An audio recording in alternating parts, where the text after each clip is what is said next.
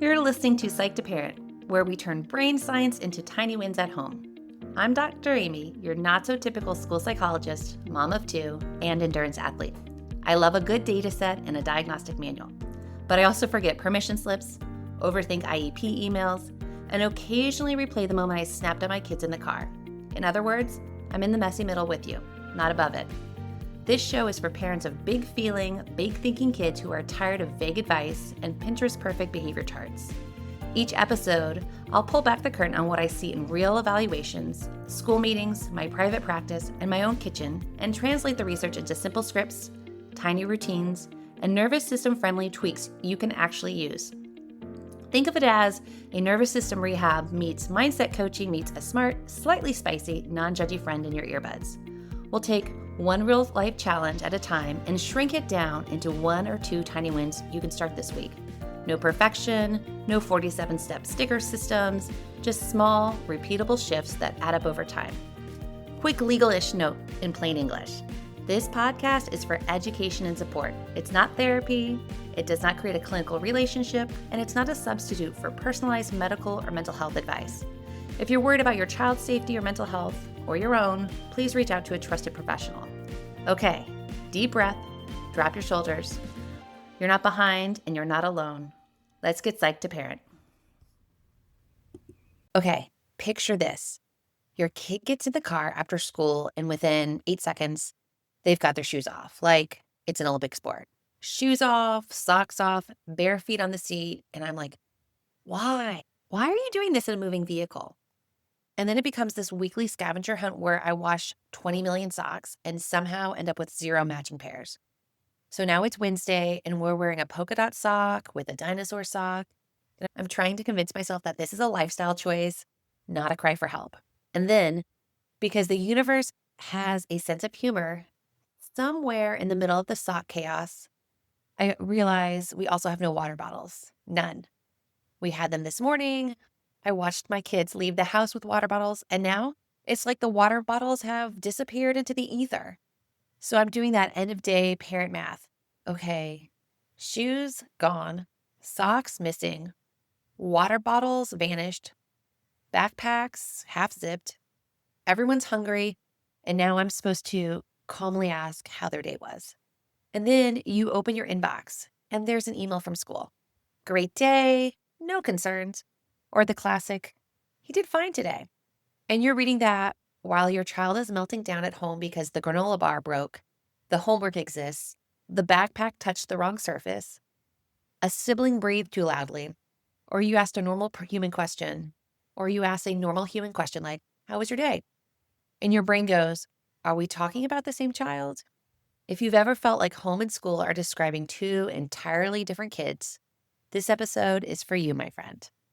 Because when home and school don't match, parents start guessing. And guessing makes everything louder. Today, we're going to stop guessing and start connecting the dots. Welcome back to Psych to Parent. I'm Dr. Amy, school psychologist, mom of 2, endurance athlete, and parent coach. And this show is for parents raising strong-willed, big-feeling, big-hearted kiddos. Today's episode is all about that homeschool puzzle and how we can start connecting the dots. Here's the problem. By the end of this episode, you're going to have a simple way to connect what you see at home with what school sees at school. So you can communicate clearly, advocate without spiraling, and get out of that, am I making this up? Headspace. You'll leave with a brain-based framework you can use immediately, a school translator minute. This is the part you'll replay before you email the teacher. 2 to 4 scripts you can copy and paste or say out loud, and tiny wins for this week, because we're not turning this into a second job. We don't have time for that. Before we do anything else, I want to name something. This homeschool mismatch is disorienting. It can make you feel like you're dismissed, like you're the only one seeing how hard it is, or it can make you question yourself. Maybe I'm too sensitive. Maybe I'm doing it wrong. Maybe my kid is saving all the chaos for me. And honestly, the school piece can feel like high stakes. There's emails, meetings, behavior charts, data, interventions, evaluations. a 504 plan, an IEP. And I'll spell those out in a second because nobody needs extra alphabet soup to stress about. Even if you love your child's teacher, your nervous system might not love the process. And I will say this out loud, clearly, with conviction. I believe schools get a lot of things right, and sometimes they're not always right. Schools have expertise in things like child development, teaching, classroom systems, and behavior supports. Parents are the experts on their children. Your voice matters. What you notice matters. What you advocate for matters. And I say this as someone who has worked in education in multiple roles. And I have still sat in parent meetings feeling helpless. Like, I don't know what to say, or I don't know what's about to happen, and I hate this. So if you've ever sat at a round table, often in one of those tiny chairs that makes you feel like a giant, trying to stay calm while also trying to advocate, you're not alone. Quick reset with me. Let's take one deep breath in. You're not alone. You don't have to solve your child's entire life today. Let's talk about brain science in plain language. I'm going to give you a framework I call the homeschool puzzle map. It has 3 pieces: demands, supports, loads. And here's the key phrase I want you to keep coming back to: same kid, different math. Because the mismatch usually isn't proof that your child is fine at school and out of control at home. It's usually proof that the environments are different and the math changes. Let's walk it through with a kiddo that I've seen in my practice so we have an idea of what it looks like in real life. We'll call this kid Jordan. Jordan is 8 or 9, bright, funny, intense, sensitive, works so hard at school, and then falls apart at home. And if your child is an 8 or 9, still stay with me. The pattern maps onto preschoolers and teenagers too. Different flavors, same nervous system logic. All right, piece number 1, demands. Demands are what the environment is asking your child to do. Schools have demands, obviously, but school demands are often structured and predictable. They are routines, visuals, clear start and stop points, and adult scaffolding built in. Home demands can be sneakier. Transitions with no bell, sibling dynamics, hunger, homework, we're leaving in 2 minutes, and a parent who is also feeling maxed out. At home, your child is in relationship with you all the time. So sometimes the demand isn't just do the thing. Sometimes the demand is manage feelings while doing the thing with the person who matters most. That's a big ask, y'all. The second piece is supports. Supports are what help your child meet the demands. Here's the part parents often miss. School has supports that don't look like supports, like teacher proximity, classroom routine, visual reminders, predictable transitions, movement built into the day, peers modeling expectations. The environment is designed for kids to do kid things in groups. At home, you have supports too. You are supportive, but you're also cooking, working, parenting multiple kids, making appointments, answering emails. And you can't run your kitchen like a 3rd grade classroom because you are not a school. So a mismatch doesn't mean school is lying. It means your child is experiencing a different support structure. Piece number 3 is load. Load is the internal cost your child is carrying. Load includes things like fatigue, sensory overload, stress, anxiety, hunger, social effort, perfectionism, masking, just the reality of being on all day. A lot of kids, especially kids with ADHD, anxiety, autism, learning differences, or just big nervous systems, work incredibly hard to stay regulated in the school setting. Then they get home to the safest place and their nervous system finally lets go. That's not manipulation, that's physiology. So when you're staring at an email that says fine while in the middle of a 4:15 explosion, I want you to whisper to yourself, same kid, different math. And now we use that to ask better questions so we can stop guessing. All right, this is the part you can come back to at any time to get school communication that makes you go, wait, What? Here are a few phrases schools say all the time, what they often mean, and what you can ask next. When the school says they're fine, the translation would be, in this setting with these supports, we're not seeing the same intensity. A follow-up you might ask is, what routines or supports do you notice help them the most, especially during transitions or independent work? Number 2, we don't see that here. The translation would be, we believe you, but we don't have school-based data yet. A follow-up you can ask is this, totally. Can we compare notes? Here's what we're seeing at home, and I'd love to understand what's helping at school so we can align supports across settings. Number 3, they refused. Translation, we saw a behavior, we interpreted it as non-compliance. You can follow up and say, when you say refused, what did it look like in that moment? Did they freeze, shut down, argue, leave the area? I want to match support to what's actually happening. Because refusal isn't a diagnosis, it's a label. And labels can hide the real need of the child. Number 4, they're not motivated. Translation, we haven't identified the barrier yet. So a follow-up you can ask is this a skill gap, a confidence gap, or a regulation gap? And here's a bonus line that blocks blame and keeps you grounded. Let's stay curious and solution focused. I'm trying to align supports across settings. That line is magic. Use it. Also, here's a quick glossary because it matters. Interventions, when you hear interventions are the extra help the school can try without formal plans, like reading support, check-ins, small group instruction. A 504 plan is a legal plan that gives accommodations so a disability doesn't block access in the learning environment. Think things like extra time, movement breaks, preferential seating. IEP, that stands for an individualized education plan. It is a special education plan with goals and services when a student qualifies under specific disability categories, like a specific learning disorder, other health impaired, autism, a speech delay. Okay, translator minute done. Let's get back to real life.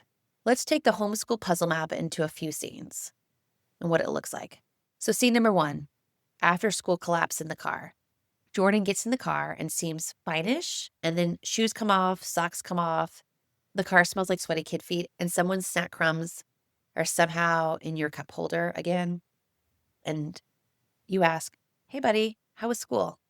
And Jordan snaps, cries, yells, slams the door when you get home, or collapses on the floor.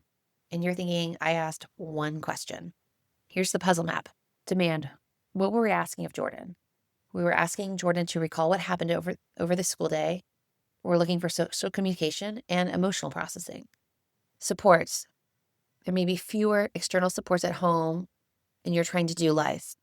And the load, it's end of day, and Jordan's tank is empty. So the fix is not stop being disrespectful. The fix is reset before requests. Try this instead of questions. Hey, I'm happy to see you. You don't have to talk yet. Snack first, talk later. Quiet or music on the ride home. Do you want to tell me one good thing and one hard thing later? Like after you've eaten a snack? And I know some of you are thinking, but if I don't ask, I'll never know what happened. You will, just not when their nervous system is on fire. Scene number 2. I like to call this homework war. At school, Jordan completes all work. At home, Jordan melts down, procrastinates, argues, cries, or forgets homework entirely. Same kid, different math. Homework at home is often less structured, more independent, and emotionally loaded. For some kids, homework feels like prove you can do it while tired, without support, in front of your parent. That's a lot. So we reduce the first demand. We build a ramp, not a cliff. Instead of sit down and do your homework, try, let's just open it together. Show me the first problem. 5 minutes, then break. I'll sit near you while you start. Scene number 3, bedtime escalation. Jordan is fine-ish all evening, and then bedtime hits and everything explodes. Bedtime includes transitions, separation, sensory shifts, and a drop in stimulation that can make anxiety louder. Here's the puzzle map. It's a transition time and then separation from a caregiver, and Jordan's body is settling down. So some supports might be fewer distractions, less external structure, and then the load is just the whole day catches up. It's the pileup. And this is where predictability helps. Same order, same steps, same script. Not because your kid is a robot, but because predictable routines reduce nervous system load. Let's have a big feeling kid reframe here. Now, I want to give you a reframe because this is where shame loves to sneak in. When your child is falling apart at home, they might be saying, I used all of my coping energy at school. Transitions are hard for my nervous system. My brain is done and my body is done. Homework feels like pressure, and I hate that feeling. I need control because my day was full of demands. Home is my safe place, so I'm finally letting go. None of this means we ignore behavior. It means we interpret it accurately. Because the goal is not to win against your child. The goal is to understand what's driving the behavior so you can match the support and then communicate what you're seeing in a way that school can actually use. This isn't random. This is data. And you don't need a spreadsheet personality to collect it. Here's some parenting scripts you could try. I want you to do a 7-day dot log, not a journal, not a spreadsheet, a 1 sentence a day for 7 days. Here's the template. What happened? That's the behavior. When did it happen? Is it a time or transition? What was being asked? What was the demand we placed on them? What helped? What support? Here's an example. 4:15 p.m. Meltdown when asked about homework. Helped after snack and 10 minutes of quiet. 7:50 a.m. Refusal to get dressed. Helped when we offered 2 choices and a timer. Schools respond to specific examples better than more global statements. So if you say homework is always a disaster, that is a hard problem to solve. But if you say something like this, on Tuesday and Thursday, after soccer, homework is a meltdown, that is solvable. Now, let's turn those dots into communication that actually lands. Here's script number 1. Hi, Mrs. Smith. We're noticing a mismatch between home and school. At school, Jordan seems more regulated, and after school, we're seeing bigger meltdowns around transitions and homework. We're tracking patterns for a week so we can be specific. Could you share what you notice helps Jordan stay regulated during the day, especially around transitions or independent work? My goal is to align supports across settings. Here's script number 2, where we can clarify school language because jargon is real, y'all. Thanks for letting me know. When you say Jordan refused, can you describe what it looked like in the moment? Did Jordan freeze, shut down, argue, leave the area? I want to match supports to what's actually happening. Script number 3, 1 small experiment plus a check-in date. You could say something like this. Could we try 1 small support for 2 weeks, like a visual reminder before transitions or a quick movement break before independent work, and then check back in on what you noticed and what we noticed at home? I'm looking for a shared plan, not perfection. Script number 4. If school says no concerns and you need the next layer, you can say something like this. I'm glad things are going smoothly at school. At home, we're seeing X behaviors, and it's impacting daily life. I'd like to understand what supports are in place at school that might be helping, and also talk about next steps. What would you recommend we try first? Classroom interventions, a problem-solving meeting, or a formal evaluation to better understand what's going on? And if you, as a parent, feel yourself go into fight or flight mode when you go into school meetings, here's the honesty script that you can say. I want to be transparent. School conversations can feel high stakes for me because I care a lot. If I sound intense, it's because I'm trying to understand and support my child. I really want us to work together. Here are a couple of tiny wins that you could try this week. Keep this annoyingly doable. Pick 1, not all 5. Number 1, do 1 dot log sentence a day. Just 1. Let's see what patterns we can find. Tiny win number 2, after school, reset before request. Use 10 minutes. Make the 10 minutes after school count. Tiny win number 3, pick 1 question to ask the teacher. What supports help most during transitions? Or what supports help most during independent work? Not both. We're not writing a dissertation. Tiny win number 4. Use the compare notes email and keep it to 6 to 8 lines. And tiny win number 5. Before you hit send, take one deep breath, relax your shoulders, ask yourself, am I responding in a calm, regulated parent brain, or am I responding with fight or flight brain? And if it's a calm parent brain, go ahead and hit send. But if it's a fight or flight parent brain, let's leave that email in the draft folder and come back to it in the morning. Okay, those are your tiny wins. I want this tattooed in your brain. Pick one. One is enough. Here's the reflection question. What story am I telling myself about this mismatch? About my child, about me, or about the school? And what's a more accurate, more compassionate story? Because the story, I'm failing, is not helpful data. But the story, my child's nervous system is working hard and we need aligned supports, is a story you can act on. Before you go, 3 quick things. First, if you want weekly support that's realistic and doable, make sure you join the Tiny Wins email list. Small shifts for real life. Because you don't need more perfect parenting pressure. You need traction. Number 2, I made you a free resource called the Big Feelings Decoder. It helps you translate big behavior into what might be going on underneath, so you can respond more calmly in the moment and communicate more clearly with school. Grab it in the show notes.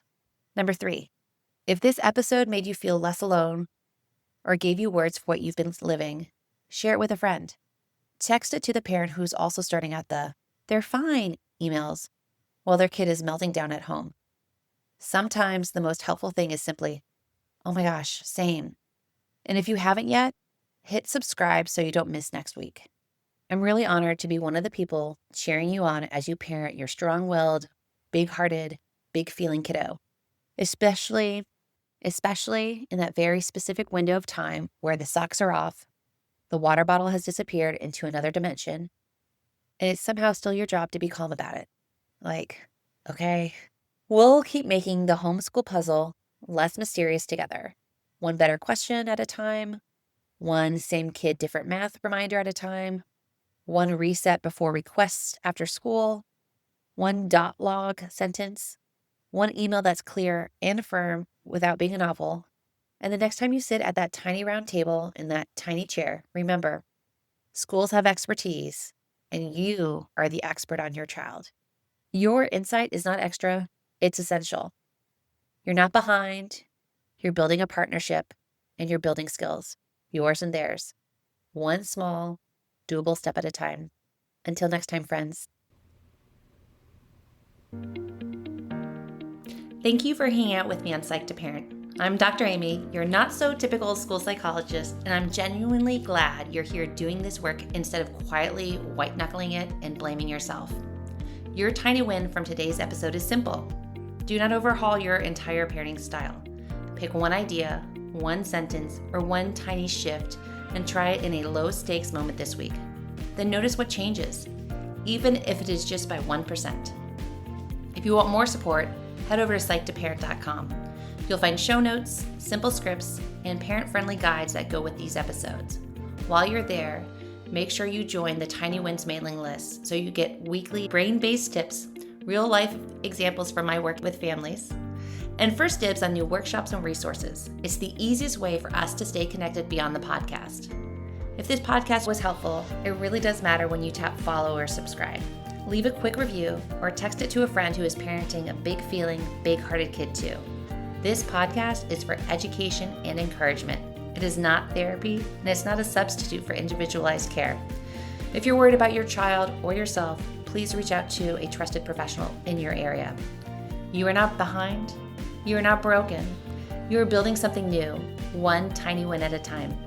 I'll see you in the next episode, probably with a cold coffee in hand, cheering you on.